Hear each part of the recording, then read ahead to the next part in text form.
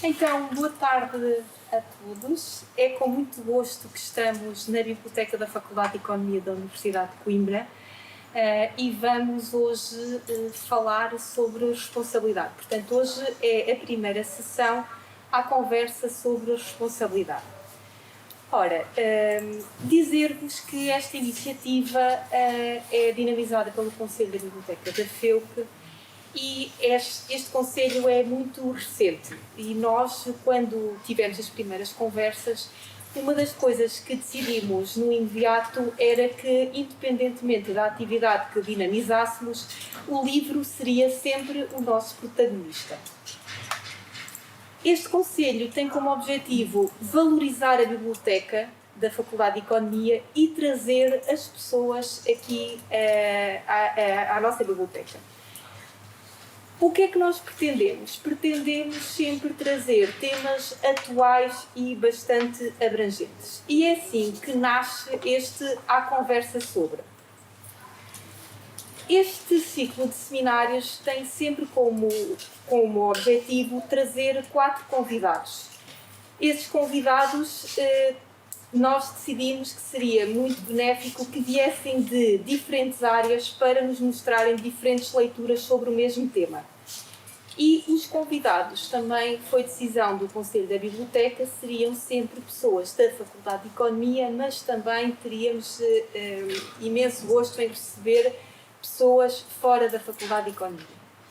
Portanto, estas sessões da conversa são sempre conversas que têm por base os livros, para também mostrarmos a diversidade de livros para abordar o mesmo tema.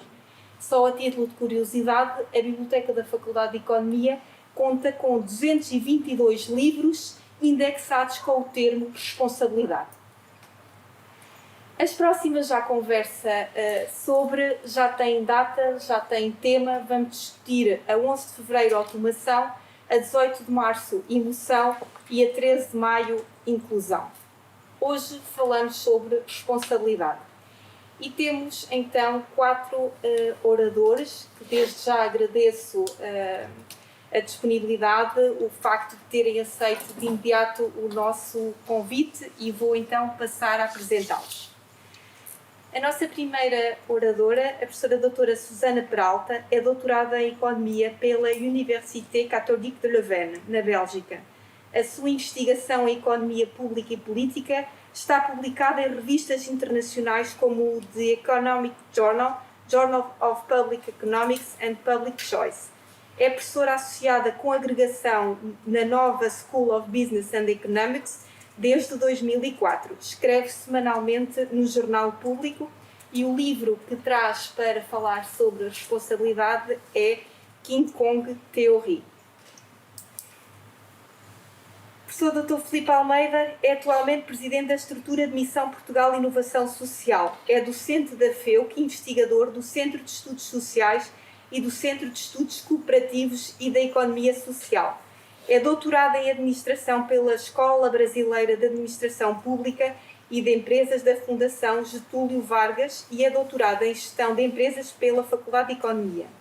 É autor e coautor de artigos e de livros nos campos da ética e do comportamento humano, entre os quais se destacam os livros Ética, Valores Humanos e Responsabilidade Social das Empresas e A Fraude Académica no Ensino Superior em Portugal.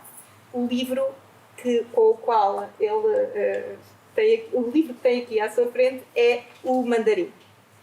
A professora doutora Teresa Almeida Cravo concluiu o doutoramento no Departamento de Política e Estudos Internacionais da Universidade de Cambridge. É investigadora do Núcleo de Estudos sobre Humanidades, Migrações e Estudos para a Paz do Centro de Estudos Sociais e é professora auxiliar de Relações Internacionais da FEUC. O livro que a inspirou para a apresentação de hoje é The Quiet American. O professor Dr. Casimiro Ferreira é o nosso 4º convidado de hoje. É doutorado em Sociologia do Estado e do Direito pela Faculdade de Economia da Universidade de Coimbra, onde exerce funções de professor associado com agregação. É também investigador do Centro de Estudos Sociais, onde tem coordenado vários projetos de investigação. É membro fundador da secção temática Sociologia do Trabalho e da Justiça da APS.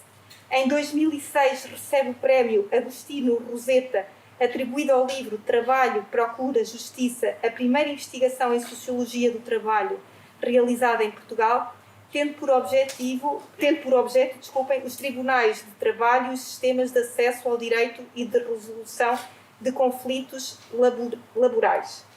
O livro que o acompanha hoje é La Responsabilité, étude de Sociologie.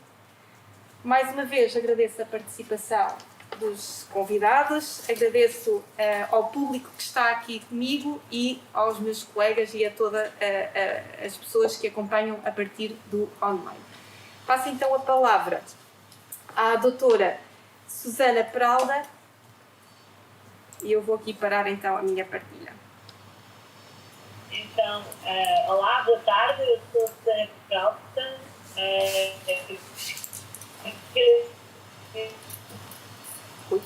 Submissão pelo Bernardo Fernandes, que me convidou, mas é um gosto enorme. Isto para mim foi difícil, porque o Bernardo disse-me que eu queria participar e não quero isso com responsabilidade. E depois eu andei a pensar e, enfim, vamos dizer que a escolha do livro foi difícil para mim, porque na verdade eu pensava imenso neste livro que eu trouxe aqui para discutir hoje convosco, que é a Teoria de Contos da Virginie Despentes, que é uma escritora francesa de quem eu sou fã incondicional, ao ponto de ler todas as entrevistas dela, ouvir todos os podcasts onde ela participa, estou viciada na Virginie Despentes. E então andei para aí uns 10 dias, acho eu, a empatar o Bernardo, que me perguntava, então, mas que livro é que vai ser Susana? E eu só a pensar, tenho que pensar numa coisa que seja mais direta ao assunto, seja verdadeiramente sobre a responsabilidade, mas o meu subconsciente queria muito que fosse este livro, e então eu decidi, bom, vou assumir que é o livro da Despentes, até foi uma oportunidade para o reler, porque eu já não li há uns tempos. Ele não é assim muito grande, é um livrinho pequenino, e pronto, então pensei, não vou mesmo, vou assumir, vou tomar o risco de dizer que vamos falar do livro da Despentes. Então, porque é que eu acho que é um livro sobre a sua? O que é este livro? Este livro é um livro que foi escrito em 2006 por esta escritora francesa, que é uma escritora muito pouco convencional, embora que hoje em dia faça parte do júri de um prémio literário muito conhecido outra francesa, que é o Prix Goncourt. Portanto, é uma mulher que foi ganhando o seu lugar no mainstream da literatura, mas sempre da literatura francesa, mas sempre despertando, na verdade, muitas emoções, vamos dizer, contraditórias, porque ela tem uma maneira de escrever que é muito fora dos cânones normais, não só pela linguagem portuguesa, como pelos temas que trata e como também pela forma, pelo ângulo como aborda estes temas.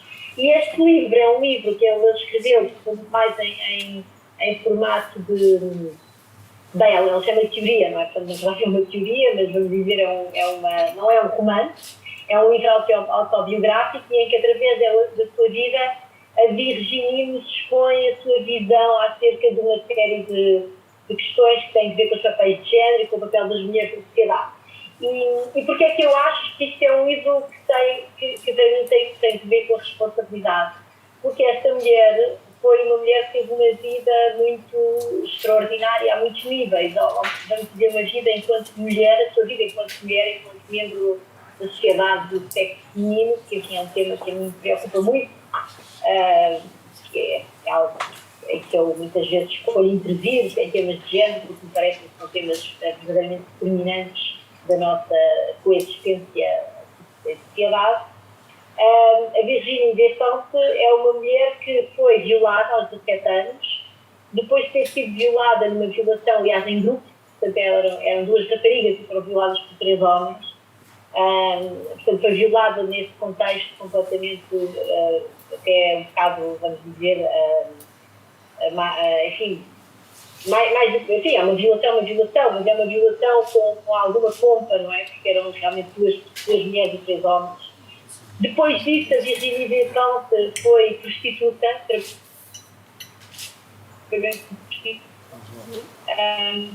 e provavelmente depois foi mais tarde desenvolveu a sua carreira literária e é uma mulher que trabalhou com atores e atrizes porno, porque fez um filme no limite da pornografia, e que depois, já a chegar aos 40 anos, se tornou homossexual.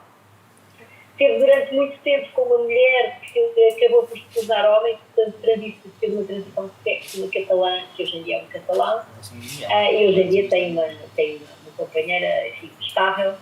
E portanto, é uma mulher que no fundo, é uma mulher que nunca teve filhos, que diz que isso foi por acaso, mas está muito contente de não ter tido filhos, portanto, questiona também esta imagem, e já agora eu estou completamente apontada para isto, porque eu sou mãe de 3 filhos, mas de facto ela questiona muito este papel da mulher enquanto, enfim, reprodutora. Ela tem uma grande fixação, e também é algo que a mim me interpela muito, porque ela tem uma grande fixação com as mulheres heterossexuais, burguesas e mães de família. E isso sou eu, uma mulher heterossexual, burguesa e mãe de família, e eu acho muito interessante a maneira como ela interpela esse meu papel enquanto mulher heterossexual, burguesa e mãe de família na sociedade. Ela, aliás, está convencida que essas são as mulheres mais oprimidas de todas. E é algo que, enfim, eu não sei se, em todo caso, me interpela. E porquê é que eu acho que isto tem a ver com responsabilidade? Porque eu sou uma pessoa realmente fascinada pela personagem da Virginie Despentes. Mas porquê é que eu acho que isto tem a ver com responsabilidade? Por causa de algo que eu acho que é sério, que ela, aliás, debate neste livro da teoria do ping-pong, que é porque ela foi violada aos 17 anos, e como todas as pessoas, ou quase todas as mulheres, foram abusadas sexualmente, depois os homens também, mas isso é sobre mulheres, e a maior parte destes crimes são sobre mulheres. Durante muito tempo ela não conseguiu confrontar-se com esse facto de ter sido violada. Atenção que este livro é pré-Me Too, não é? Este foi escrito em 2006, portanto foi antes do movimento Me Too. Mas depois ela, por circunstâncias várias, acabou por se encontrar num grupo de ajuda de mulheres abusadas, e depois isso acabou por fazer questionar uma série de coisas. Porque é o silêncio dela, porque é o silêncio, porque é que ela não falava da violação de que foi vítima, e porque também ela sentiu que havia um deserto enorme. Ou seja, ela depois veio a constatar que há vários traumas na nossa vida que nós podemos trabalhar através da literatura e da arte a vários níveis, certamente o trauma das perdas, não é? O trauma do luto, mas que enfim, crimes vários, há cinema e há literatura sobre quase tudo, e ela diz que não há nada sobre a violação, em todo caso, contada pelas mulheres. Ela, enfim, aliás, ela até tem uma parte do livro em que ela discute filmes, alguns filmes, que não há assim muitos, que na verdade contam histórias de violação, mas como são feitos por homens, ela conta sempre aquilo na perspectiva. Ela diz que são sempre feitos na perspectiva do homem, e que ela sentiu esse vazio de não ter este instrumento maravilhoso, que é o instrumento da literatura e o instrumento da arte, que nos permite muitas vezes também fazermos um trabalho sobre nós próprios e sobre as coisas que nos acontecem. E é desse ponto de vista que eu acho, e depois quando ela fala do capítulo da prostituição, é a mesma coisa. Ela, aliás, no capítulo da prostituição diz que este foi o capítulo até mais do que o capítulo sobre a violação. Ela diz que o capítulo sobre a prostituição foi ainda mais difícil para ela começá-lo. Aliás, foi difícil para ela começá-lo. E, portanto, a mim parece-me de maneira muito evidente que a Virginie Despentes sentiu esta, e foi daí onde é que eu fui buscar a responsabilidade. A responsabilidade de partilhar a sua história, de partilhar as suas experiências de vida, muito diferentes de muitas das nossas, embora ela diga, e ela defende isso no livro, e eu acho que ela tem muita razão. Ela diz que estas histórias são todas muito mais comuns do que nós imaginamos, as histórias de violação, as histórias de prostituição, só que como há um enorme manto de silêncio sobre elas, no fundo isso cria depois um estigma que acaba por ser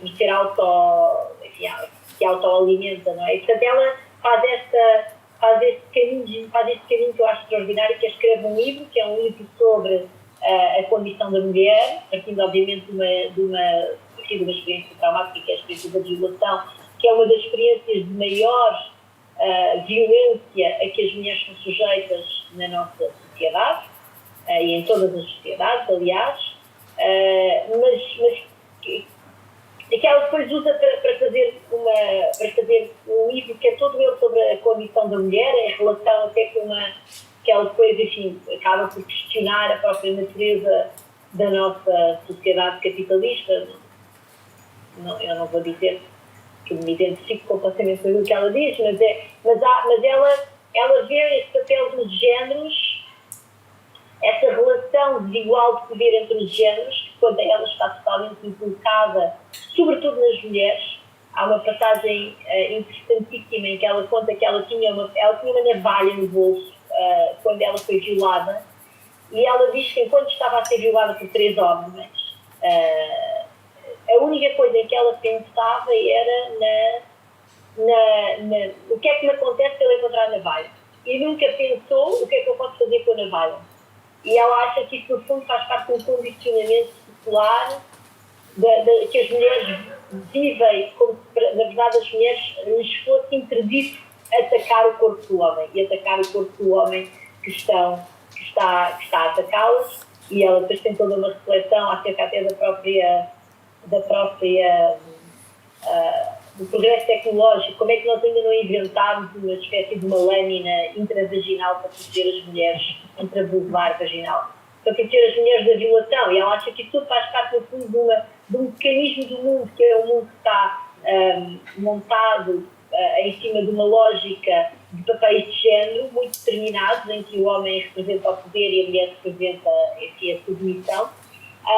E ela depois diz que no fundo é a própria imagem da nossa sociedade capitalista. A sociedade capitalista, ela própria reflete nas suas relações de poder esta relação de poder original e fundamental, que é a relação de poder dos sexos, dos 2 géneros. Na parte e ela depois parte disso para uma visão já agora muito libertadora, e eu já vou depois eu só agradeci por ter quanto tempo é que eu já durei, porque eu não pus o meu... Sim, mais 2 minutos. Mais 2 minutinhos. 2 minutos, ok, muito rapidamente. Ela tem uma perspectiva fascinante de libertação relativamente a isto tudo, ou seja, ela cita uma feminista americana que ela diz que para ela foi absolutamente determinante, que quando ela se percebeu que, no fundo, a violação é algo que as mulheres também, de alguma forma, se podem apropriar dela e dizer: eu prefiro correr este risco. Ou seja, eu sei que enquanto o mundo for o que é, uma pessoa de 17 anos se põe à boleia com uma amiga, foi o que aconteceu a ela, numa gasolina na autoestrada, numa área de serviço, é como se diz, corre esse risco, mas ela apropria-se disso como um gesto libertador. E, apesar de tudo, foi melhor ter vivido tudo aquilo que eu vivi, ter ido a Londres, ver concertos, voltar para a França, à boleia, e ter sido violada, do que se eu tivesse ficado fechada em casa para me proteger. E, portanto, há também nisso uma dimensão de libertação que eu acho absolutamente fascinante, e que eu, que tenho um filho e 2 filhas, adorava poder... Espero que as minhas filhas nunca sejam, obviamente, vítimas de violência sexual. Espero, aliás, que o meu filho nunca seja vítima de violência sexual. Mas gostava muito que, à medida que eles crescessem, eu os pudesse dar esse empoderamento. Dizer que mais vale, apesar de tudo, correr riscos, ficarmos fechados em casa, que é a negação de tudo, não é? Isso é que é a verdadeira morte. E depois tem uma visão completamente despoderada e muito empoderadora da prostituição, como algo que na verdade, é algo que dá um verdadeiro poder às mulheres. Ela tem uma visão que também a mim me fascina. E finalmente, só para acabar também na sua própria transição da sua sexualidade, ou seja, a Virginia Despentes é uma mulher que descobre que é homossexual, ou que, enfim, no caso, se assume enquanto homossexual tarde na vida, a chegar aos 40. E ela, aliás, não é que ela não diz aqui no Simpson Theory, mas há uma entrevista que eu ouvi dela uma vez em que ela acha que a homossexualidade é o futuro, ou seja, enfim, ela é muito provocadora, obviamente. Eu não estou aqui a dizer que eu vou atrás de todas as teorias dela, mas é absolutamente fascinante. E a razão pela qual ela acha isso é porque que o livro se chama King Kong, porque ela fala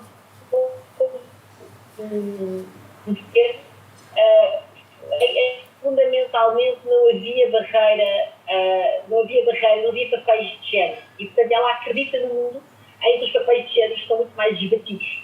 E ela, aliás, acha que as nossas relações entre géneros, que no fundo se consubstanciam numa relação de poder exercida do género masculino sobre o género feminino, como eu disse, ela depois vê como uma espécie de imagem da nossa própria sociedade, portanto ela tem uma visão disso que é muito mais sistémica do que propriamente apenas na relação do género. Mas ela diz que isso tem muito a ver aqui com a sexualidade das pessoas, portanto, no fundo é uma espécie de sociologia vista a partir da sexualidade, dos papéis de género da sexualidade, porque aliás me valeu imenso sabor, ela recebeu críticas devastadoras do livro e outras muito boas, mas quando eu tenho em 2006. A Virginie Despentes, ela acha que estes papéis de género em que nós fomos metidos e que no fundo se manifestam nas nossas relações entre os géneros mais íntimas ou menos íntimas e depois na nossa relação social, que no fundo todos nós somos vítimas disso. Portanto, ela acha que as mulheres são vítimas disso e que os homens também são vítimas disso, porque no fundo os homens estão permanentemente a ser confrontados com a sua virgindade, com a falta dela, não é? Isto é uma coisa que é também muito exigente ao género masculino, e então esta quinta teoria dela é uma teoria em que ela acha que enfim, tem uma história que ela conta a partir do filme King Kong, que agora não tenho tempo de explicar, mas em que o King Kong seria um ser muito mais em que era um ser muito mais que não era nem masculino nem feminino, e depois há um virar no filme em que ele se torna o mau macho, se quiser dizer. E ela acha que isso é um momento em que aprisiona tanto o género feminino como o género masculino, e que depois também se reflete muito na nossa sociedade. Isso tem muito a ver depois com esta teoria dela acerca do fim da heterossexualidade, do que ela acha que a heterossexualidade está muito condicionada por estes dois papéis de género, o papel de poder e o papel de posição, que ela acha que no fundo não serve interesse de ninguém. E ela tem a ideia de um mundo muito mais mitigado, em que os papéis de género sejam mais debatidos, em que toda a gente possa viver as mulheres possam ver a sua virilidade e os homens possam viver a sua feminidade.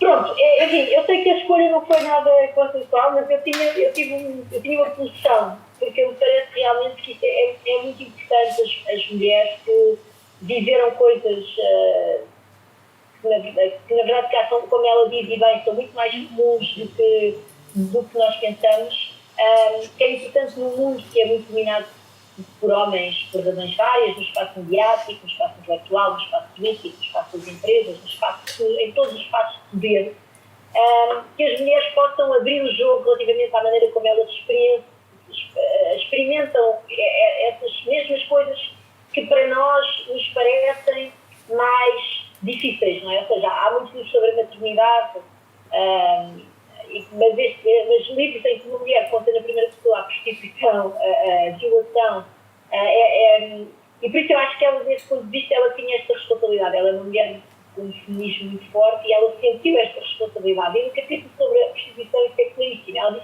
este foi o que mais me custou. Demorei tanto tempo a conseguir escrever, mas ela sentiu essa responsabilidade para criar isso.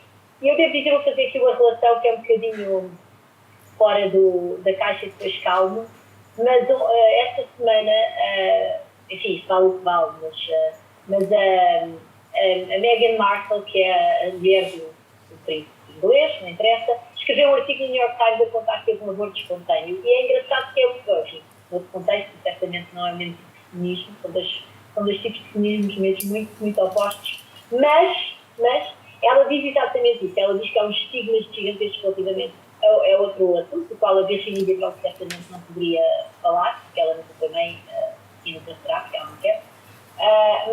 Portanto, a Meghan Markle perdeu um bebê em julho e ela sentiu necessidade de partilhar isso com o mundo, com tudo o que se tem à volta da meditação física da sua personagem, mas eu acho que mais uma vez isso são gestos de responsabilidade. Eu acho que são gestos de responsabilidade que as mulheres com algum poder, como aqui a Virginie Despentes certamente que tem, ela tem poder porque ela é uma autora que vende muitos milhares de livros e está traduzida em imensas línguas, têm esse dever, na verdade, de darem esse exemplo e de mostrar que essas coisas que acontecem às mulheres enfim, fazem parte da sociedade e que nós devemos poder partilhá-las, até para dar a oportunidade às outras mulheres que passam por esses diversos traumas de poderem viver, enfim, poderem fazer o seu caminho emocional e o seu luto eventual relativamente a esses eventos, e calei. E obrigada pela vossa paciência. Obrigada a nós, foi uma leitura muito interessante sobre o livro. Vou deixar as perguntas para o final. Vou passar então a palavra ao professor Filipe Almeida, que nos vai falar sobre o mandarim e como é que cruza este livro com o tema da responsabilidade. Obrigada, Filipe. Muito bem, obrigado, Cristela. Muito obrigado pelo convite para participar nesta primeira conversa. Né? Conversa é sempre uma grande responsabilidade, já que falamos de responsabilidade, fazer parte deste grupo. E obrigado, porque é um bom pretexto para regressar à faculdade, que é a minha casa, em todo caso, a minha volta por esse mundo. E aproveito para felicitar também o Conselho da Biblioteca por esta iniciativa também arrojada, que valoriza a faculdade, valoriza a biblioteca da faculdade, aliás, que é um ponto de encontro de alunos de toda a universidade há várias décadas, e valoriza o livro como um elemento. E eu fiquei muito feliz com esta iniciativa, independentemente de participar nela, porque eu também valorizo muito o livro. Pessoalmente, aprendi a ler o mundo, as pessoas ainda hoje, com livros físicos, e acho que uma boa parte das boas ideias ainda são analógicas. E, portanto, há coisas que estão em livros que ainda não estão digitalizadas. E eu fiz a mesma coisa que fez a Susana Peralta, que foi, não resisti à tentação do meu primeiro impulso, e com o único referencial que a Cristela me deu, que é, olha, o tema é responsabilidade, só essa palavra, sem mais nenhuma referência, eu imediatamente pensei, eu acho que na conversa que tivemos, logo nessa conversa, sim. Eu disse à Cristela, sem lhe dizer que era isto. Olha, então, mas e que livro é? Pode ser um livro qualquer? Pode. Então, e se eu, por exemplo, trouxer um livro do Essa de Queiroz? E achei que ela provavelmente pensou que eu estava a brincar. E eu também pensei que estava, mas afinal estava a falar a sério e trouxe mesmo um livro do Essa de Queiroz. E a minha abordagem ao tema da responsabilidade é muito diferente da abordagem que fez a Susana. Optei por outra via. Porque fui buscar o que foi a minha aprendizagem na base da filosofia moral para estudar... Oi? E agora com ela, vai ficar ainda mais impressionante. Estou? Posso continuar? Sim. Queres que eu fale para o sítio em particular? Não, estás à vontade. Pronto, então basicamente a minha abordagem é de base filosófica, mas bastante mais leve, para perceberem porque é que eu vou falar de um livro do Essa de Queiroz. Vamos começar pelo princípio. Vamos à etimologia da palavra, só para percebermos o porquê de tudo isto. Responsabilidade vem de um termo, etimologicamente, vem da palavra spondere. Spondere significa promessa. Ou, quer dizer, pode ter variantes, mas spondere significa promessa. Respondere, que dá origem à responsabilidade, é uma promessa recíproca, um compromisso entre duas partes. Aliás, é exatamente a mesma raiz etimológica de outras palavras que nós usamos muito, que é a palavra esposo e esposa. O esposo é exatamente a spondere, é a mesma raiz etimológica. Portanto, o esposo é aquele a quem eu prometo. E a esposa é a mesma coisa, não é? E, para percebermos, vou-vos explicar porque eu trouxe o mandarim do Essa de Queiroz, é preciso recuar 10 anos, quando eu era professor de Ética e Responsabilidade Social, no caso é Ética e Responsabilidade Social, aqui na Faculdade de Economia, aos alunos de licenciatura. E quando eu dava aulas de Ética e Responsabilidade Social, eu fazia uma combinação entre um pouco de filosofia e um pouco de ética aplicada e chutava aos alunos para as organizações do setor social da sociedade e arredores para desenvolverem projetos de gestão com essas organizações. Mas gostava de sempre ter uma base um pouco mais filosófica e um bocadinho fora do comum nas aulas que dava. E porquê é que temos que recuar 10 anos? Porque num dos testes que fiz, num dos exames que fiz naquela época, surpreendi os alunos todos com, em vez de fazer um teste convencional, apresentei um excerto do mandarim, do Essa de Queiroz, exatamente este livro. Nessa altura foi, enfim, eles aceitaram bem, até porque eu não os penalizei pelo facto de eles não saberem o que é o mandarim, mas eu usei o mandarim exatamente como vou usar agora. Para quem não o conheça, o mandarim é, do meu ponto de vista, o mais divertido livro do Essa de Queiroz. Ele é pequenino também, muito pequeno. E eu recomendo que se leia. É um livro muito divertido mesmo e completamente atual na forma como ele aborda este assunto. Portanto, o que é o mandarim? E porquê é que eu usei este mandarim para falar especificamente sobre responsabilidade aos alunos e depois para avaliá-los? Porque o mandarim conta a história do Teodoro. O Teodoro que era, como o Essa de Queiroz descreve, um amanuense do reino. Um amanuense é um escriturário, vá. do público, vamos cuidar, e que tinha uma vida relativamente convencional, normalizada, horizontal, morava em Lisboa, não era muito ambicioso, era um positivo e um racional, morava na pensão de uma senhora adorável também, tinha os seus personagens, e não esperava muito mais da vida do que aquilo que pudesse ler nos livros. E, entretanto, a certa altura, ele comprou um livro que lhe coloca um dilema. É um livro onde se... Eu vou fazer uma coisa, se me permites, Cristela. Eu vou ler. Pode ser? Sim. Porque eu gosto do livro. Se for eu a falar, é uma intervenção sobre mim. Mas como é sobre um livro e sobre essa, eu prefiro ler, para vocês verem como é divertidas algumas coisas aqui. O que é que se passa com o Teodoro? Eu vou-vos contar a história rapidamente, para depois perceberem o que é que eu vou ler. O Teodoro tem essa vida normalizada e, de repente, é-lhe colocada uma questão. Olha, está aqui uma campainha ao lado do livro. Se tu apertares, se carregares nesta campainha, um mandarim que não faz ideia quem seja, que mora no outro lado do planeta, que é milionário, morre instantaneamente e tu herdarás toda a sua fortuna com todos os sonhos que ela possa concretizar. Ele, nem ninguém à volta dele, sequer ninguém no mundo saberá que foste tu que provocaste a sua morte, mas vais herdar toda a sua fortuna. E a questão que aquele personagem sombrio que aparece no quarto lhe coloca é: tu tocas ou não tocas a campainha? E é tão ardilosa a argumentação deste personagem que aparece, embora ele hesite no início, e vale a pena a descrição da forma como este senhor vestido de negro descreve a tentação, é interessante. Ele acaba por carregar a campainha e o Tixinfu, que é o mandarim, morre. E passado um mês ele herda uma fortuna e torna-se um senhor extraordinário, não só no país, como na Europa e no mundo. Mas a certa altura, apesar de toda aquela fortuna e toda aquela aparente felicidade, ele começa a dormir mal porque lhe começa a aparecer a imagem de um mandarim morto, vestido de amarelo, no quarto e em todo lado quando ele tentava adormecer. E, portanto, é ele e a sua consciência. E ele começa a ficar inquieto por não saber o que é que terá acontecido à família do mandarim. E o efeito que possa ter tido na China ao facto de ele ter provocado aquela morte. E então ele resolve pegar na sua fortuna, ir a caminho da China, tentar de alguma forma partilhar a sua fortuna também com os descendentes e tentar corrigir um pouco do que possa ter sido o mal que ele provocou. Eu não sei se vou resistir à tentação de vos contar como é que isto acaba, mas é tão giro. Mas vale a pena ler a história. Faz lembrar muito uma outra... faz lembrar muito uma coisa que, enfim, no livro República, na República do Platão, Platão apresenta uma metáfora também muito interessante, que é o anel de giz. O anel de giz é um anel que, quando colocado e virado ao contrário, permite que a pessoa se torne invisível e possa fazer tudo o que quiser sem que ninguém saiba o que fez. E o dilema que se coloca aqui é exatamente o mesmo na base da responsabilidade moral. É, se ninguém souber que nós provocamos um dano a alguém, mas que nos provoca um bem supremo, nós aceitamos, caímos nessa tentação ou não. E todo o livro desenvolve exatamente, é uma história, está muito bem escrito, cheio de imagens e de reflexões, só que nos coloca perante este problema da consciência que nos vai corroendo quando nós acabamos por cair numa tentação destas. E, basicamente, os últimos minutos que me faltam aqui nesta primeira abordagem, eu vou gastá-los com essa. Pode ser, Cristela? Pronto. Então, basicamente, já agora, ele é amanuense do Reino, mas estudou na Universidade de Coimbra.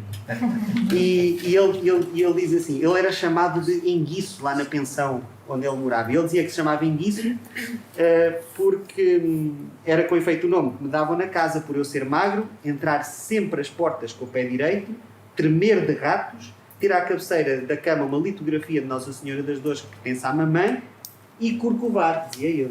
E ele dizia assim, infelizmente eu corcovo. Do muito que verguei o espinhaço na Universidade de Coimbra, recuando como uma pega assustada diante dos senhores lentes, e na repartição, dobrando a fronte ao pó perante os meus diretores gerais. Esta atitude, de resto, convém ao bacharel. Ela mantém a disciplina num estado bem organizado, e a mim, garante-me a tranquilidade dos domingos, o uso de alguma roupa branca e 20 mil réis mensais. É divertido. Isto faz lembrar as Memórias Póstumas de Brás Cubas, que é um livro de Machado de Assis, onde o personagem também passou pela Universidade de Coimbra, mas passa pela Universidade de Coimbra e fica muito indignado porque ele passou durante o curso todo a vida na noite e com os colegas e nunca estudou e bebeu muito e tal, e mesmo assim a Universidade licenciou. E ele fica indignado por achar que a Universidade não devia ter licenciado com o percurso que ele teve. E ele, aliás, depois no Brás Cubas, ele depois diz que pronto, e lá fui eu, depois de licenciado, com vontade de acotovelar as pessoas pelo resto da vida, no fundo prolongar a universidade pela vida fora, dizia. Tem piada. Mas enfim, bom, em todo caso o que dizia o Teodoro dizia assim: eu sou um positivo, só aspirava ao racional, ao tangível, ao que já for alcançado por outros no meu bairro, ao que é acessível ao bacharel. Ia-me resignando. As felicidades, essas haviam de vir. E para apressar essas felicidades eu fazia tudo o que devia como português e como constitucional. Pedia-as todas as noites às Nossa Senhora das Dores e comprava décimos de lotaria. E era isso que ele ia fazer. Até que de repente chega aquele livro e o livro coloca-lhe uma questão. E a questão é esta, diz assim: no fundo da China existe um mandarim mais rico que todos os reis de que a fábula ou a história contam. Dele nada conheces, nem o nome, nem o semblante, nem a seda de que se veste. Para que tu herdes os seus cabedais infindáveis, basta que toques essa campainha posta a teu lado sobre o livro. Ele soltará apenas um suspiro nesses confins da Mongólia. Será então um cadáver. E tu verás a teus pés mais ouro do que pode sonhar a ambição de um ave. Tu que me lês e és um homem mortal, tocarás a campainha, e esta é a tentação em que ele cai. E quando ele cai, enfim, bom, eu vou passar aqui assim toda a descrição. E vale a pena aqui, eu vou só dizer o seguinte: a argumentação, isto é apenas uma nota de rodapé, não é substantiva, mas é só porque tem graça. E a certa altura a argumentação daquela consciência má explica, no fim de tudo, para rematar, porque é que ele devia tocar na campainha. E ele diz: repare, a Terra é assim, o planeta é assim. Recolhe aqui um homem apodrecido e restitui-o além ao conjunto das formas como vegetal viçoso. Bem pode ser que ele, inútil como mandarim no império do meio, vá ser útil noutra terra como rosa perfumada ao saboroso repolho. Matar, meu filho, é quase sempre equilibrar as necessidades universais. É eliminar aqui a excrescência para ir além suprir a falta. Penetre-se destas sólidas filosofias. E agora vem um exemplo extraordinário. Uma pobre costureira de Londres anseia por ver florir na sua trapeira um vaso cheio de terra. Uma flor consolaria aquela deserdada. Mas, na disposição dos seres, infelizmente nesse momento, a substância que lá devia ser rosa é aqui na baixa um homem de Estado. Vem então o fadista de navalha aberta e fende o estadista. O enxurro leva-lhe os intestinos, enterram-no com tipóias atrás, a matéria começa a desorganizar-se, mistura-se à vasta evolução dos átomos e o supérfluo homem de governo vai alegrar, sob a forma de amor perfeito, a água furtada da loira costureira. O assassino é um filantropo. É engraçado, não é? Mas enfim, vai por aí fora e vai convencendo o Teodoro. O Teodoro cai na tentação e lá vai ele, torna-se rico. A certa altura, e tem algumas passagens muito interessantes, a certa altura ele, rico como está, recebe aquele ouro todo, sai na carruagem mais sofisticada, anda pelas ruas a comprar coisas. A certa altura tem uma passagem onde ele diz assim: já cansado daquela opulência toda, procurei em redor, com a pálpebra meio cerrada, alguma coisa muito cara para comprar.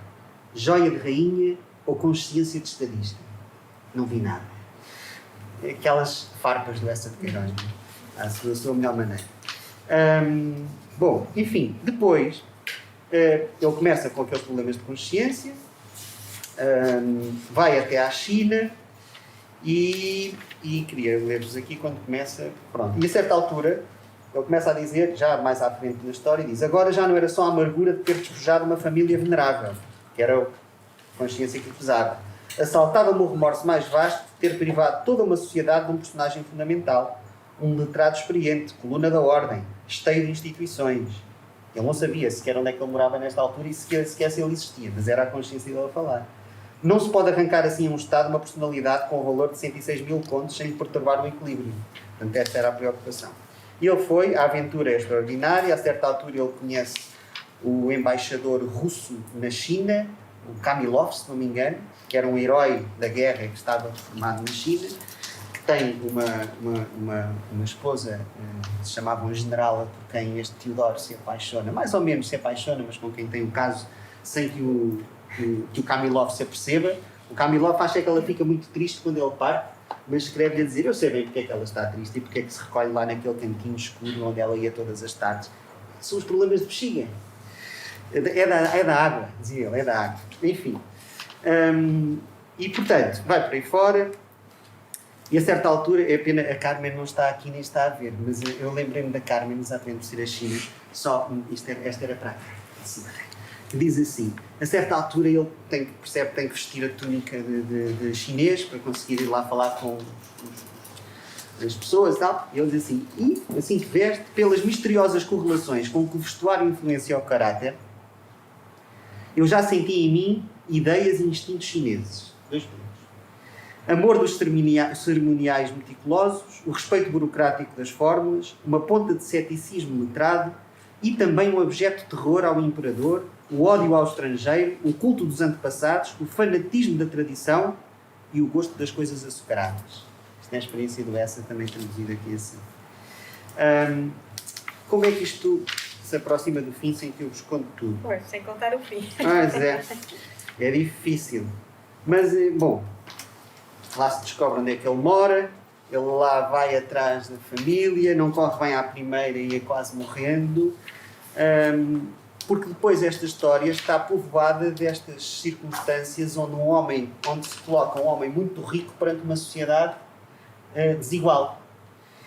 E ele vai se confrontando com estas desigualdades e com isso vai consolidando um pouco mais o peso na consciência, mas por outro lado vai-lhe criando uma revolta contra aqueles que ele quer ajudar, mas não deixam que ele ajude, porque não pode ser como ele queria. A primeira intenção dele é casar com a viúva, quando a encontrar, para partilhar os bens com a viúva. Mas depois percebe que isso não é possível, porque acabaria por ser decapitado. Depois, se entregasse os bens ao reino, o imperador ia sentir que havia ali uma ameaça, acabaria decapitado. Se ele resolvesse ser filantropo, acabaria decapitado também, por vários outros motivos. E, portanto, ele não lhe resta nenhuma alternativa, segundo dizem os nativos, para devolver aquela fortuna toda. E para não revelar o fim, pois... Estás tentado. Estou muito tentado. Mas basicamente Mas porquê que isto tem a ver com responsabilidade e porquê que eu estou a dar à volta de mandarim? Porque na altura, uma das coisas que eu desafiava os alunos a fazer é a pensar sobre o conceito de responsabilidade moral. E neste teste onde eu apresentei o mandarim há 10 anos, eu desafiava-os a conversarem sobre um dos princípios éticos mais exigentes, que é o universalismo, o princípio universalista, que significa considerar na equação das nossas escolhas os interesses, os desejos de todas as pessoas, mas não só aqueles de quem gostamos ou aqueles que conhecemos, mas aqueles que nós não conhecemos. É considerar qualquer um com a mesma dignidade, desde que os seus interesses sejam justos. Isto é uma exigência muito difícil, mas é um princípio ético fundamental das doutrinas mais relevantes. E é exatamente esse o princípio que está aqui. E, no fundo, é perguntar aos alunos depois de conhecer essa história. E é muito interessante chegar ao fim da história e ver como é que o Teodoro acaba. Mesmo muito interessante. Digo apenas que a última frase do livro é o próprio Essa de Queiroz a dirigir-se ao leitor que chegou ali àquele momento. E isto coloca-nos perante uma questão fundamental, básica, antes de todas as outras. Será que nós, se tivéssemos o anel de giz de Platão, o virávamos e faríamos o que quiséssemos e depois voltávamos a nós? Será que, se tivéssemos a possibilidade de tocar esta campainha, nós tocávamos mesmo com os melhores argumentos? E que efeito é que isso teria na nossa vida, para além do bem imediato? Será que a nossa consciência nos correria? Já agora, para terminar, como estamos na biblioteca e numa faculdade de economia, um dos pais da economia, que é o Adam Smith, que aqui se estuda muito, tinha um livro que escreveu 17 anos antes da Riqueza das Nações, penso que 17 anos, a Teoria dos Sentimentos Morais, onde ele era um professor de filosofia. Consta, aliás, que ele achava esse livro, a Teoria dos Sentimentos Morais, uma contribuição mais relevante para a humanidade do que a Riqueza das Nações e fez revisões sucessivas até à morte desse livro. E, no fundo, é o tratado moral que estabelece os alicerces de algumas coisas fundamentais. E nesse livro, ele... Aliás, a primeira frase, o primeiro parágrafo desse livro fala de algo semelhante com isto que nos relaciona com a responsabilidade. Ele parte de um pressuposto de que nós, seres humanos, temos uma relação empática uns com os outros e a capacidade de sentir verdadeiro regozijo com o bem alheio, mesmo que ele não tenha rigorosamente nada a ver connosco. E, portanto, a nossa capacidade de sentirmos bem com o bem dos outros, ela é inata. E, a partir daí, ele desenvolve aquela teoria toda sobre a simpatia. Mas, enfim, tudo isto tem a ver com a responsabilidade no plano estritamente individual. no plano das nossas escolhas individuais, que depois, somadas, são as escolhas das instituições também e da forma como a humanidade segue. Mas eu acho que na raiz de todas as escolhas coletivas estão sempre um somatório de escolhas individuais. E como somos, em geral, um somatório de solidões, em geral, é aí, nesse campo solitário, que acabam por ser tomadas as decisões que coletivamente depois são definidoras do que são os caminhos que a humanidade toma. E portanto, como pretexto para se conversar, lançava-vos essa de Queiroz. Obrigada, muito interessante. Estava a pensar que tu irias mesmo revelar tudo, mas lá... Ainda não acabou, pode Ainda ser não que na acabou. conversa. É mais um café e já está. Passo à Teresa. Então, É para subir. de seguida, temos então a Teresa Cravo, que nos vai falar de responsabilidade através do livro The Quiet American. Obrigada, Cristela, obrigada pelo amável convite e também queria dar os parabéns, tal como fez o Filipe e a Susana, em relação à iniciativa, que é obviamente uma iniciativa de louvar. Então eu escolhi o livro The Quiet American, de Graham Greene, que foi escrito em 1955. O Graham Greene é um autor inglês que viveu entre 1904 e 1991. Foi também jornalista e agente do MI6, ele escreveu mais de 20 livros e em muitos desses livros debruçou-se sobre temas como a ambiguidade moral da política internacional e com base muito na experiência dos sítios onde ele viveu e daquilo que ia assistindo enquanto jornalista, repórter de guerra e dentro dos serviços de inteligência. O Quiet American é um livro belíssimo mesmo, muitíssimo bem escrito, tal como os outros livros dele, mas este, do ponto de vista da responsabilidade na lógica de relações internacionais, ilustra muitíssimo bem o conceito. O Quiet American é narrado na primeira pessoa pelo jornalista inglês Thomas Fowler, que está no Vietnã para cobrir a guerra na Indochina francesa entre 1951 e 1954. E embora o livro demonstre já o colapso do Império Colonial Francês na Indochina, o livro centra-se essencialmente naquilo que é o início do envolvimento americano no Vietnã, através de um agente da CIA, o Alden Pyle, que está lá sob a cobertura de ser um agente da cooperação para o desenvolvimento, e que obviamente é uma intervenção que começa e que uns anos mais tarde levará ao que nós conhecemos como a Guerra dos Estados Unidos no Vietnã, que ocorreu de 1955 a 1975. Tem também um triângulo amoroso que envolve estas duas personagens, o jornalista inglês e o agente da CIA americano, e uma mulher vietnamita, Phuong, que aparece aqui quase como representativa do país no meio de duas grandes potências, e tem uma das críticas que é feita ao livro do ponto de vista de questões de género é que ela tem pouca densidade, mas enfim, o triângulo amoroso resulta aqui muito bem do ponto de vista também do próprio conceito de responsabilidade. O livro, eu não vou demorar muito, o livro é excelente do ponto de vista da ilustração e da problematização do conceito de responsabilidade em relações internacionais, na minha opinião, de três formas. Uma é porque nos conta uma história de intervenção, neste caso americana, que começa bastante antes da ofensiva militar oficial, que é aquela que nós todos conhecemos. E mostra de uma forma muito interessante os bastidores de uma decisão que já se antevê, mas que relativamente à qual muito pouco é feito, ou seja, do ponto de vista internacional, no contexto de Guerra Fria, de alinhamento político-ideológico, sem espaço para olhar para as consequências das guerras na periferia provocadas pelas superpotências, quando isto tudo se está a desenvolver, e nós sabemos que isso se está a desenvolver, ainda não há uma chamada de atenção do ponto de vista da responsabilidade do que está a acontecer no Vietnã enquanto país sujeito ao colonialismo passado para situações de imperialismo, tanto do ponto de vista americano como do ponto de vista soviético. Portanto, há aqui uma história interessante do ponto de vista de responsabilidade, que é a atenção à lógica, à ação visível, militarizada, que automaticamente nos leva a conceber o conceito de responsabilidade, porque grande parte desta história passa-se antes dessa ofensiva direta militar. E, de facto, em termos de números, não é? Quando os franceses saem finalmente da Indochina em 1954, os Estados Unidos assumem o apoio financeiro e militar aos vietnamitas do Sul, e em 1959 já tinham destacado 1000 conselheiros militares no Vietnã para o terreno, e em 64, que é precisamente antes do envio das unidades de combate por parte do presidente Lyndon Johnson, que é considerado o início oficial da guerra no Vietnã, tinham já 23 mil conselheiros americanos só no Vietnã do Sul. Portanto, estamos a falar, efetivamente, de um livro que chama a atenção a esta lógica de responsabilidade antes daquilo que é a responsabilidade que salta à vista.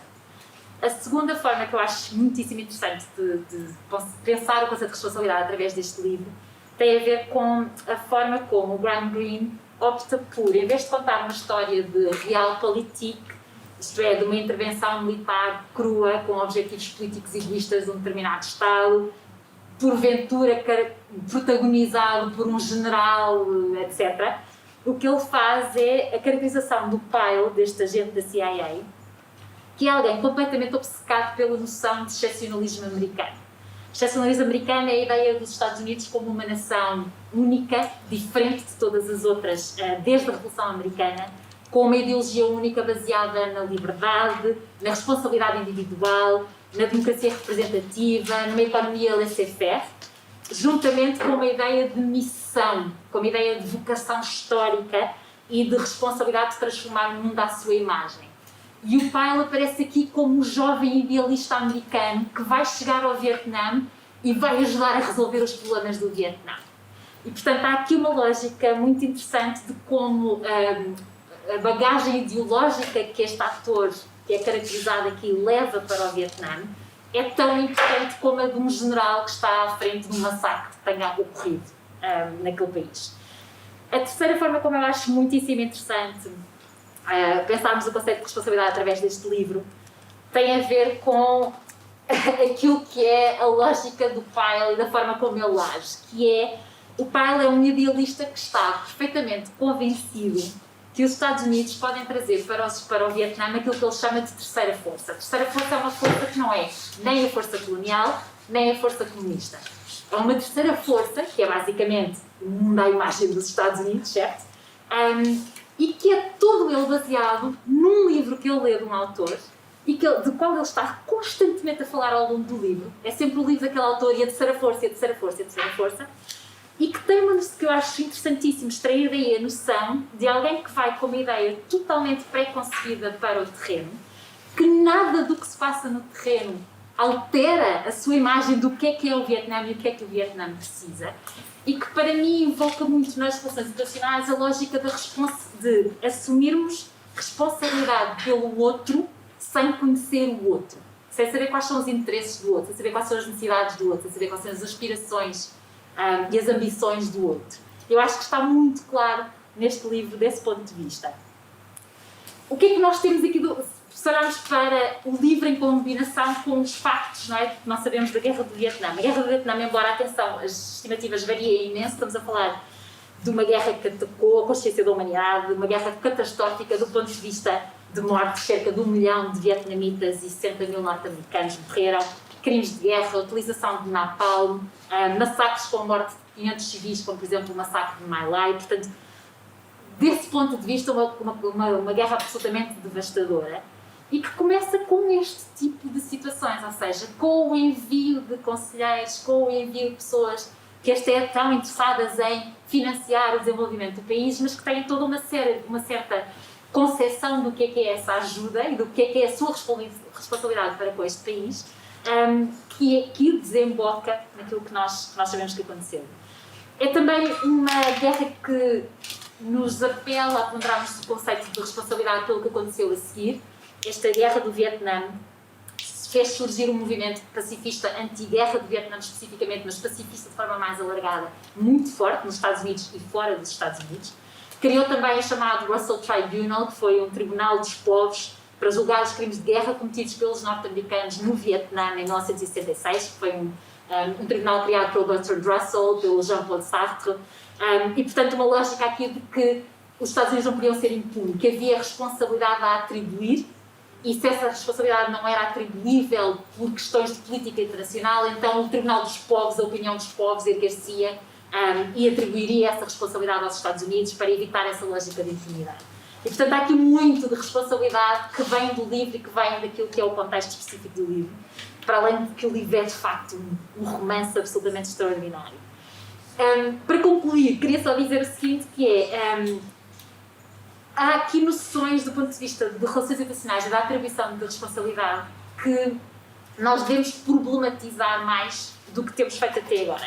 A atribuição de responsabilidade tem uma tradição filosófica muito histórica, não é? Bastante ampla, mas enquanto prática recente das relações internacionais é uma prática relativamente recente e crescente, ou seja, tem a ver com a lógica do Estado enquanto protetor de cidadãos, não é propriamente ou seja, não é uma noção que exista de responsabilidade do Estado assim tão anterior quanto isso. Tem a ver com esta lógica de tribunais, como o Tribunal Penal Internacional, para julgar pessoas que foram responsáveis por crimes de guerra. O próprio conceito de responsabilidade de proteger, que é um conceito que permite intervenções por parte da comunidade internacional onde existam pessoas que precisam de ajudar e onde o Estado não quer ser responsável pela ajuda a essas pessoas. Portanto, há uma prática crescente nas relações internacionais de atribuição de responsabilidade.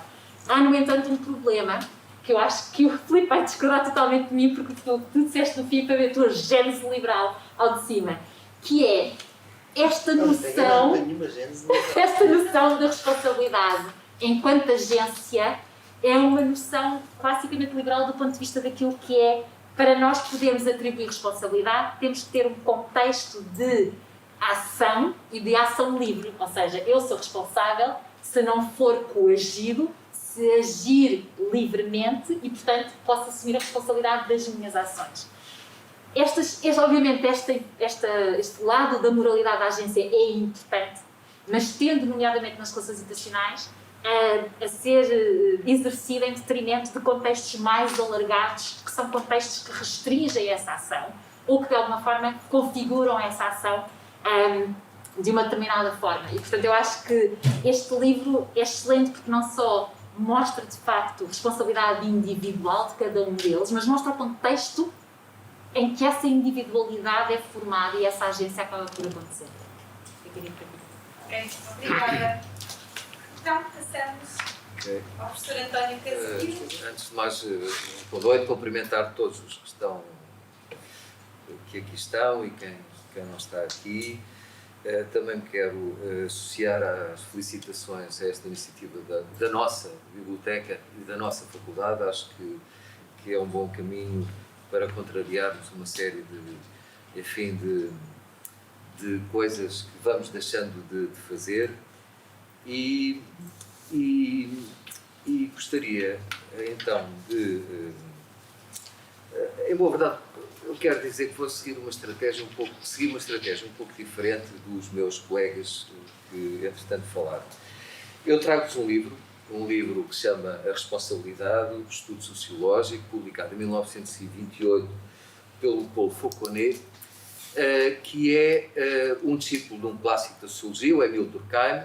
De resto, ele dedica o livro ao Durkheim, e o livro é um livro muito interessante, é um dos primeiros estudos de sociologia jurídica, penal, e neste livro o que o Fauconnet faz é aplicar a perspectiva do Émile Durkheim, a análise da consciência coletiva, dos factos sociais, ao direito penal, com uma nota, e esta é aquela que é mais relevante de salientar, com a nota de que o conceito de responsabilidade é um bom indicador sociológico para nós discutirmos quer os processos de transformação social, falavas há pouco, responsabilidade objetiva, subjetiva, coletiva, e, portanto, este é um livro que entusiasma e eu escolhi-o porque vale a pena mencionar esta discussão sociológica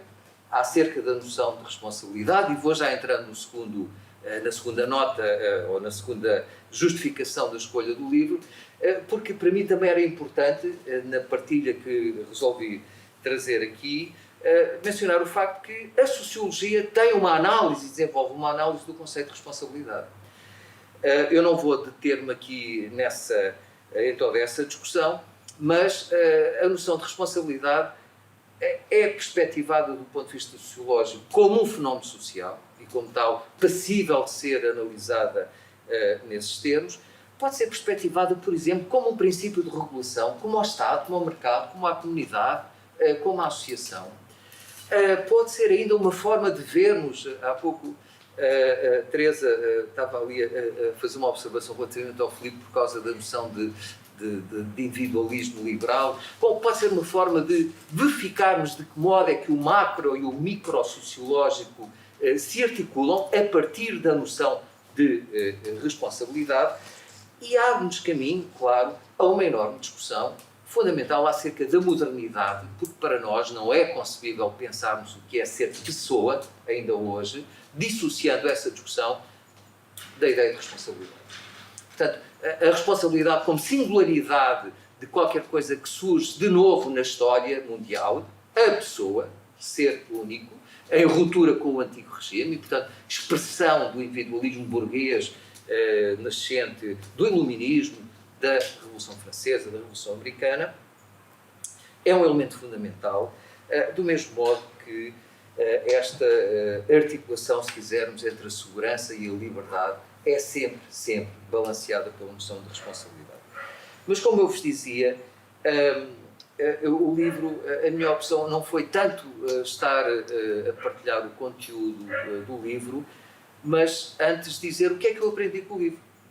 E de que maneira é que este livro é relevante para um trabalho de investigação em curso que eu tenho com o João Pedroso, que está aqui à minha frente, do qual resultará um livro que vai ser publicado em dezembro deste ano, ainda esperamos nós, acerca da exceção.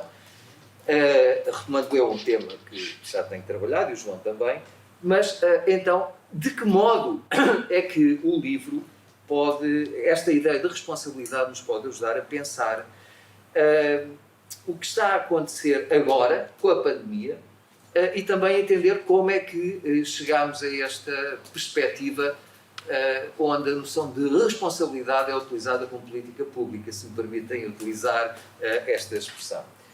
Bom, a ideia é esta. Façamos, por momentos, peço que me acompanhem, o argumento de que as sociedades, nomeadamente as sociedades ocidentais, têm sofrido um processo de transformação profunda desde a década de 70 do século passado. Eu sou daqueles que, como outros autores, que considera que a exceção não é um fenómeno novo. A exceção começou na década de 70, de facto, e através da noção de responsabilidade nós podemos fazer a história da exceção até ao momento da pandemia. Por exemplo, nos anos 70, uma grande discussão passou a surgir, e o Filipe é bem conhecedor dela, foi a passagem do welfare para o workfare. Ora, o que é que isto traduz? Traduz essencialmente a ideia de que aqueles que são beneficiários, cidadãos beneficiários de alguma forma de política social, têm que dar uma contrapartida responsável para poderem aceder a esse benefício. Nós sabemos que esta passagem para o workfare tem muito a ver com a matriz neoliberal que se foi instituindo, com o consenso de Washington mais tarde, mas é de facto um exemplo, eu vou só dar exemplos, de como é que a noção de responsabilidade nos pode ajudar a fazer esta breve história sintética, esta síntese histórica do conceito de exceção. E esta é uma das primeiras formas de exceção. Isto é, deixámos para trás o Estado Social, o Estado Solidário, o Estado do Espírito de Filadélfia, para utilizar a expressão de um autor que eu gosto muito, Alan Supiot, e passámos, portanto, da Declaração de Filadélfia, da OIT, e passámos a ter um Estado que quer responsabilidade quando atribui algum tipo de benefício.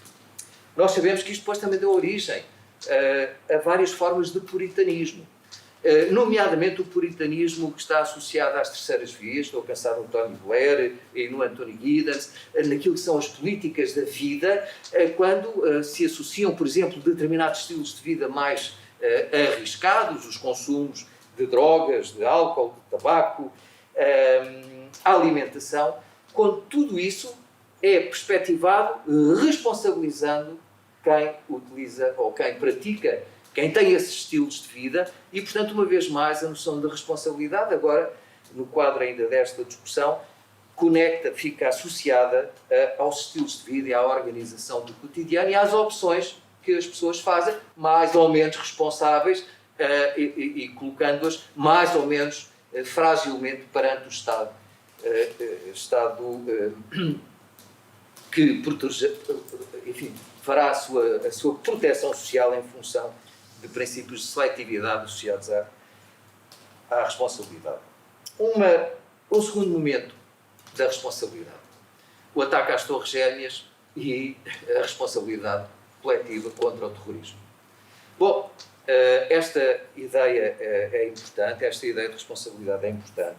É aqui que o princípio do Estado securitário se combina com uma outra noção, a do direito penal do inimigo, e é a partir de uma transmutação do princípio da responsabilidade individual que nós assistimos a múltiplas transformações, quer do ponto de vista das políticas da law and order, quer do ponto de vista do direito penal, e percebemos de facto que a responsabilidade dos indivíduos perante o fenómeno do terrorismo acaba por se transformar numa ética de responsabilidade para combater o terrorismo, que se traduzirá também na obrigação de aceitar o constrangimento, nomeadamente dos designados direitos de liberdade de caráter civil e político eminentemente.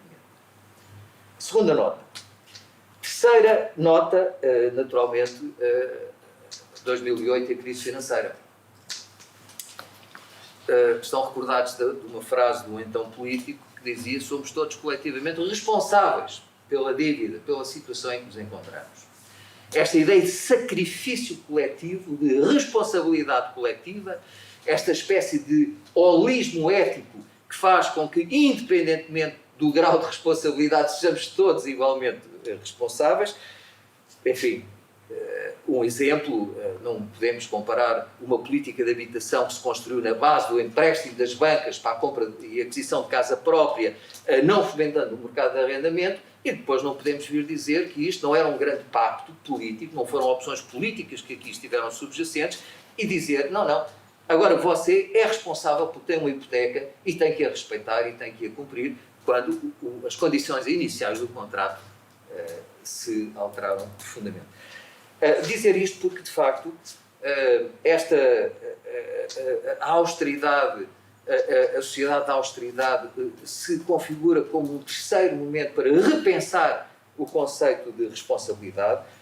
Existe aqui uma individualização da responsabilidade, sobretudo em matéria financeira, em matéria de dívida privada, e naquilo que depois é a dívida pública, mas aqui assim é sobretudo o endividamento das famílias que depois sobressai como irresponsabilidade e, uma vez mais, aqui neste caso, este assumir desta responsabilidade perante a austeridade como modelo de resposta à crise consubstancia-se na aceitação da perda de direitos que ainda hoje estão a ser discutidos na Assembleia da República, no caso dos direitos laborais ou dos direitos sociais, e como nos apercebemos, esta ideia de que há uma responsabilidade individual perante o endividamento do país obriga-nos, é o terceiro ponto que eu gostaria de deixar para pensarmos e para depois discutirmos.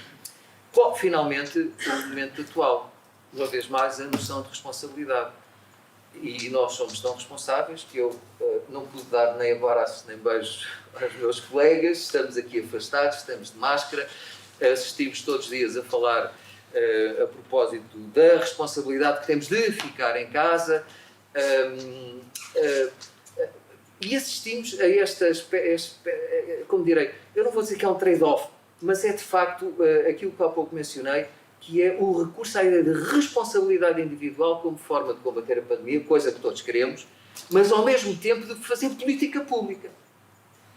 E deste ponto de vista, parece-me que de facto a noção de responsabilidade aparece e é aqui convocada nos dias de hoje, nas discussões do nosso cotidiano, de uma forma que, enfim, eu não conseguiria deixar de mencionar isto, sobretudo porque a nossa discussão era em torno da noção de responsabilidade. Enfim, tão breve quanto possível, é isto que eu gostava de partilhar convosco. Eu recomendo naturalmente a leitura do livro. Está em estilo de época, como dizem os teóricos da literatura. É um livro de sociologia ao estilo da época, portanto 1928, na tradição da história da escola durkheimiana, que nos deixa perceber que a responsabilidade é um fenómeno sociológico. Podemos fazer depois uma conferência acerca disso, e sobretudo esta discussão que nós temos desenvolvido em torno de utilizar a noção de responsabilidade na análise, na desconstrução e na interpretação do conceito de exceção. E pronto.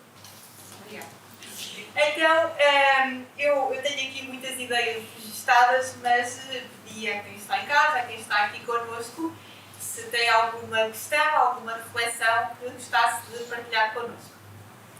Sim, eu fui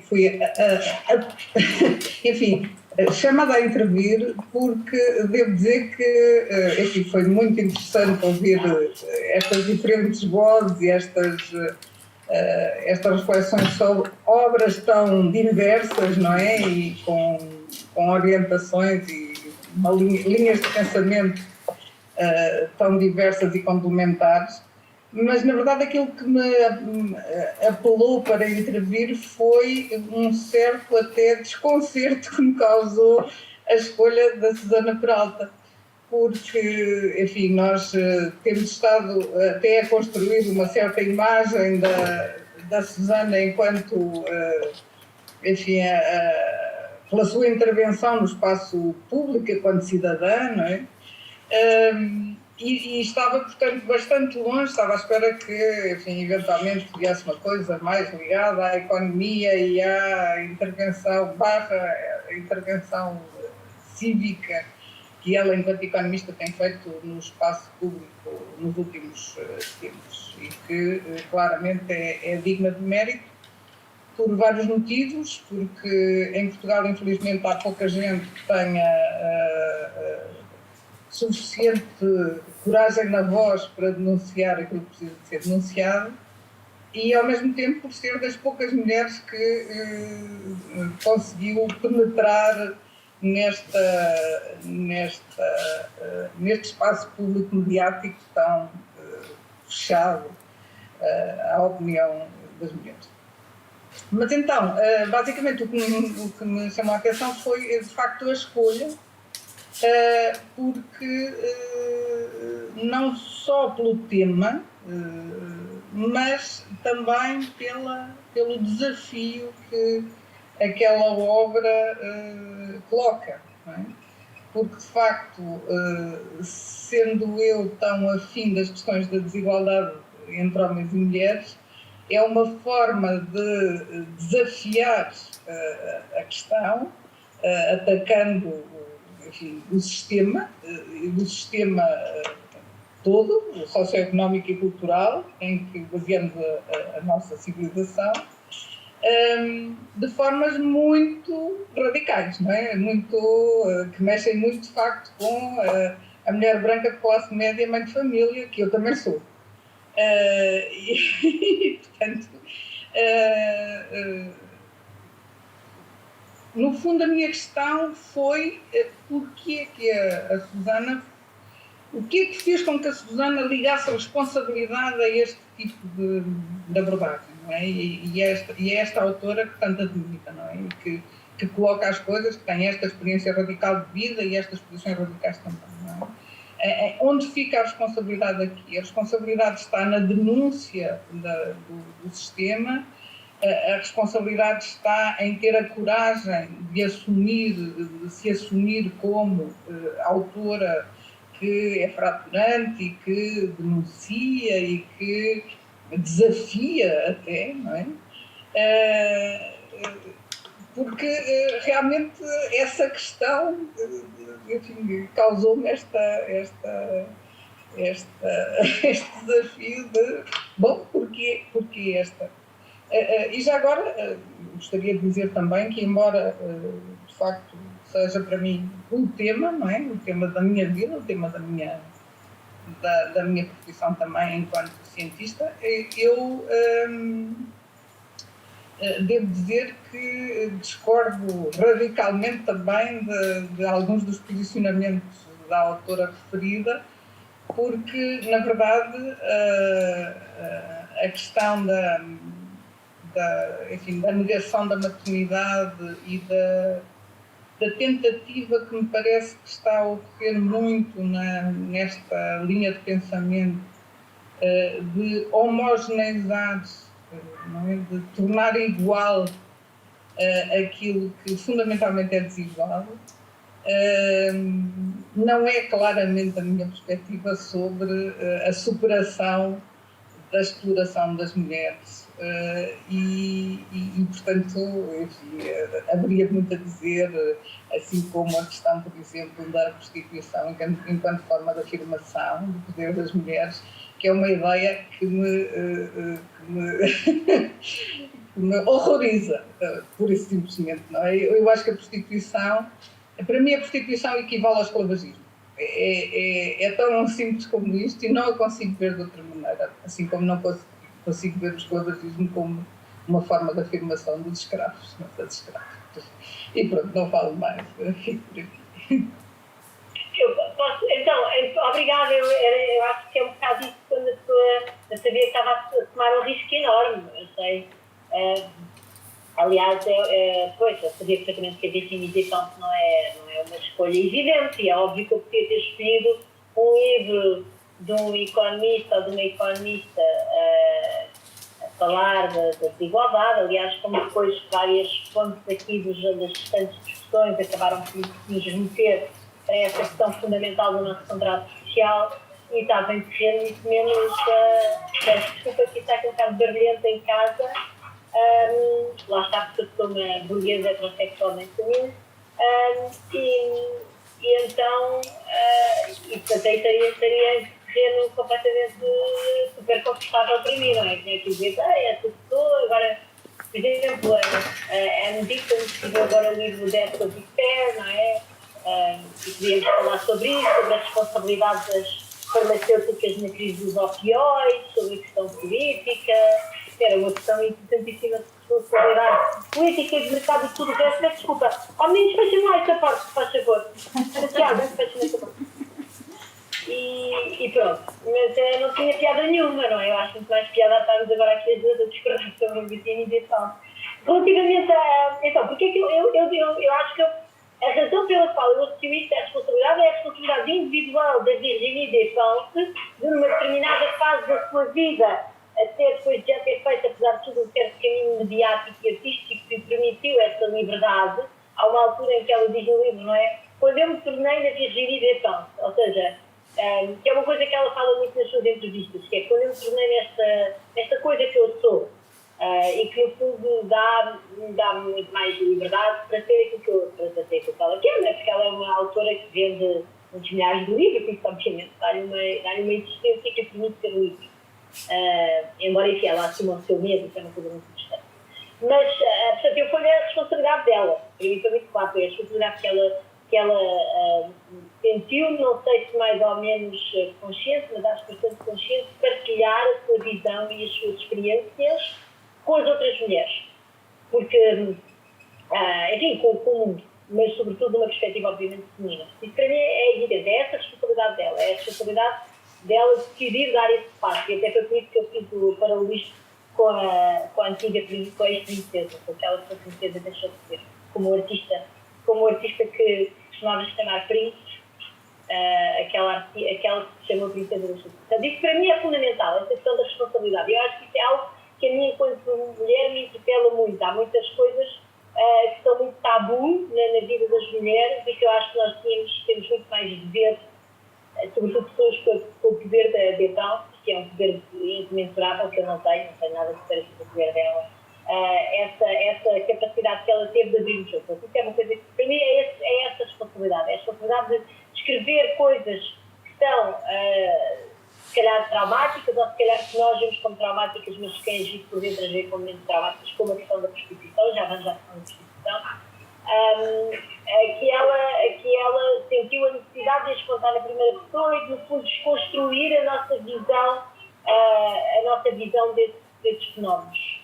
E certamente relativamente à violação, o facto de ela sentir, dela própria falar, mas o vazio que ela teve, este vazio que a inibiu de trabalhar aquilo que tinha acontecido. E durante 2 anos ela viveu escondendo a si própria a violação. Isso é uma coisa muito comum nas mulheres que são abusadas sexualmente, aqui são agredidas, que é a pessoa tentar contar a si mesma uma história como se aquilo que aconteceu não fosse aquilo que aconteceu. E ela conta isso muito, e aquele no contexto dela era um contexto relativamente fácil de contar uma história alternativa para ela mesma, porque elas de facto estavam estavam à boleia, eram punks, vinham de um concerto da Inglaterra e não sei o quê, portanto ela própria entrou nessa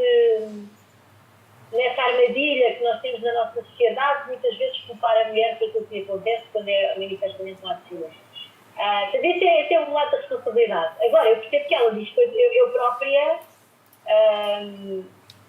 pois é, ou seja, é evidente que ela vai à maternidade primeiro, vai à prostituição, deixar a prostituição para o fim, porque isso é muito importante.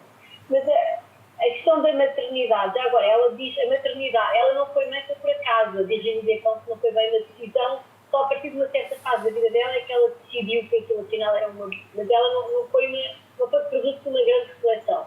Mas eu acho que muito daquilo que ela diz acerca da experiência, ou seja, é verdade que há alguma coisa, e eu, enfim, considero-me uma mãe bastante feliz e adoro a maternidade, é uma parte da minha vida que eu considero muito importante e até... E gostei muito de estar grávida, a amamentar e tudo, e assumo isso tudo como uma parte também muito importante e integral da minha ter que ser mulher. Portanto, não tenho qualquer complexo com isto, mas é verdade que enfim, eu aprecio que haja mulheres como ela que me interpelem nesta imagem que eu tenho de mim mesma, em todo o caso. E também é verdade que há, enfim, dados de inquérito e assim que mostram que as mulheres têm filhos, muitas vezes, aquilo confrontadas com dificuldades várias. Portanto, não é necessariamente o caso que os filhos sejam uma espécie de solução para todos os males ou da última, vamos dizer, varinha mágica para a felicidade das mulheres. Portanto, desse ponto de vista, eu agradeço que ela nos interpela relativamente a isso. E depois, a prostituição.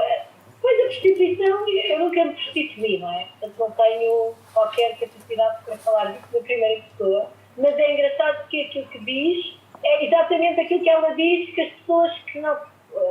que lá está, que as mulheres burguesas e que do mercado, como ela chama, do mercado da carne para o homem, do mercado dos casamentos heterossexuais, é exatamente, quer dizer, aquilo que diz é exatamente aquilo que ela diz que essas pessoas vivem. E ela diz que para ela isto é uma tomada de poder acerca da experiência das mulheres decidem prostituir-se porque isso é uma forma de ganhar rendimento para mulheres não qualificadas com as qualificações que as outras profissões do mercado de trabalho lhe conferem, que é verdadeiramente uma qualificação, não sei.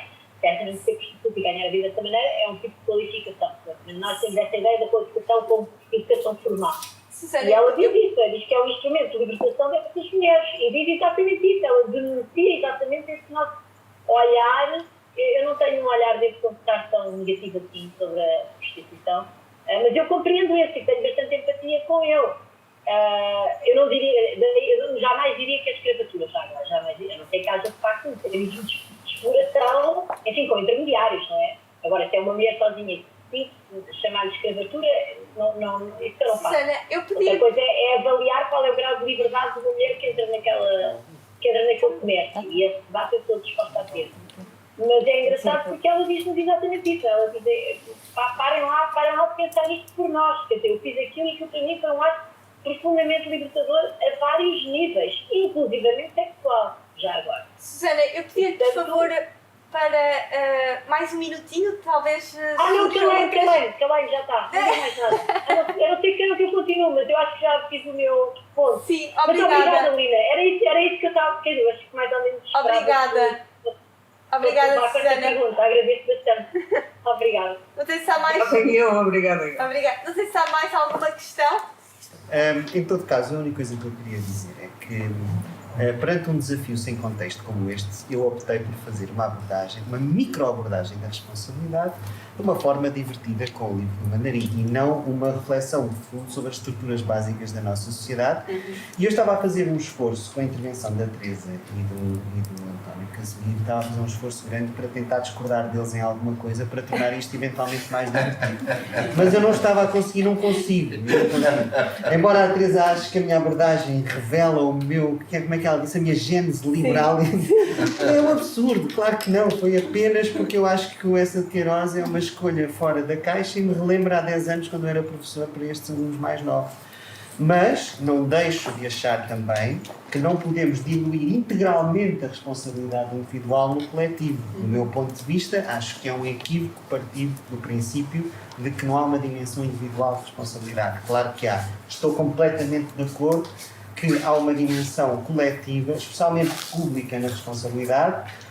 E o Workfare, aliás, é um bom exemplo de como o Estado pode ser um perpetuador de injustiças e desigualdades, porque, desse ponto de vista, dá o subsídio e ajuda materialmente, mas não dá verdadeiramente condições de emancipação nem de combate às desigualdades nas estruturas mais básicas. E eu vou tropeçando todos os dias em situações como essas, onde se responsabiliza individualmente alguém por um dano que supostamente provocou, sem questionar, mas porquê é que aquela pessoa chegou àquele estado e provocou aquela situação. Não significa desculpar individualmente, mas significa, como a Teresa disse bem, e o Castro também, mas há uma coisa que a Teresa disse incompleta. Mesmo do ponto de vista liberal, não é apenas responsável quem não foi coagido. Essa é apenas uma das duas condições da responsabilidade. É preciso que não seja coagido, por um lado, e é preciso também que tenha uma consciência clara das consequências do seu ato. E apesar de tudo, esta segunda parte da equação é importante para nós responsabilizarmos alguém, mesmo que individualmente. Porque ter consciência da sua consequência não é só ter a noção do efeito que isso possa ter no seu pequeno mundo, mas ter um efeito mais, uma reflexão mais alargada sobre o impacto dos atos individuais. E isso é uma responsabilidade coletiva, criarmos condições para que as pessoas possam desenvolver essa consciência também. E, portanto, mesmo no plano, desculpa, estou de costas para ti, tinha aqui o computador, assim, para nos apanhar aos dois. Estou aqui a perfurar o protocolo logístico. E, portanto, desse ponto de vista, eu acho que estas reflexões são perfeitamente integráveis. O que eu faria era, sem dúvida nenhuma, valorizar o mais possível, se estivesse a ouvir estas intervenções, o contexto específico das relações internacionais e da responsabilidade internacional. Por acaso a palavra internacional foi inventada por um inglês, por Jeremy Bentham, que é o precursor do utilitarismo. Foi ele que inventou o direito internacional. E, portanto, o precursor do utilitarismo mais agressivo e selvagem, que era um homem excêntrico, Jeremy Bentham, inventou a palavra internacional e pediu desculpa por inventar mais uma, mas não sabia que outra usar.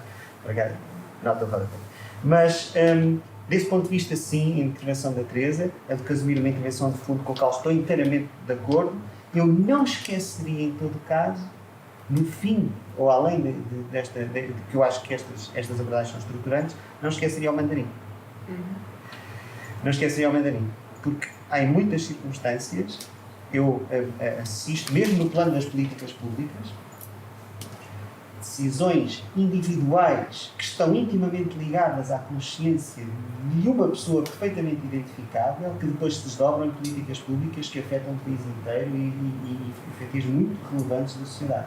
E, portanto, há sempre uma dimensão individual no somatório destas escolhas, mesmo daqueles que têm, principalmente daqueles que têm responsabilidade pelo futuro de mais pessoas para além daquelas que estão no seu círculo. Portanto, do meu ponto de vista, estou inteiramente de acordo e é difícil discordar destas visões. Aliás, aprendi várias coisas e foi belíssimo por isso. Obrigada. E também aprendi com a Susana. Aliás, eu com a Susana já aprendo há muito tempo, também sou um seguidor fiel do pensamento e acho que ela tem uma voz disruptiva e também muito inspiradora e também achei muito surpreendente a escolha que fez e muito instigadora da reflexão sobre elas, com aquelas eu também poderia discordar de algumas coisas, mas apesar de tudo é um discordar primário sem uma reflexão consolidada para estar à altura da autora que ela referiu. Obrigada. Então, não sei se há mais algum comentário ou se posso só encerrar. Então, agradecer a todos a vossa presença. Eu vou aqui dizer quatro frases que guardei deste bocadinho de hoje. Acho que nós nunca pensámos em trazer 4 pessoas de áreas diferentes e que houvesse um consenso. Nós queríamos mesmo era que, efetivamente, as diferentes perspectivas surgissem nestes debates. Então, ideias para encerrar a sessão. O conceito de responsabilidade é um conceito complexo, muito rico e com várias leituras. É nossa responsabilidade proteger, é nossa responsabilidade partilhar histórias para eliminar mantos de silêncio que existem em todas as sociedades. Somos todos responsáveis pelas nossas escolhas, cabe a cada um de nós escolher tocar ou não à campainha. bom resto de serão. Obrigada a todos por esta participação e continuaremos com certeza este debate, estas conversas na nossa biblioteca em torno dos livros. Obrigada, bom resto da noite.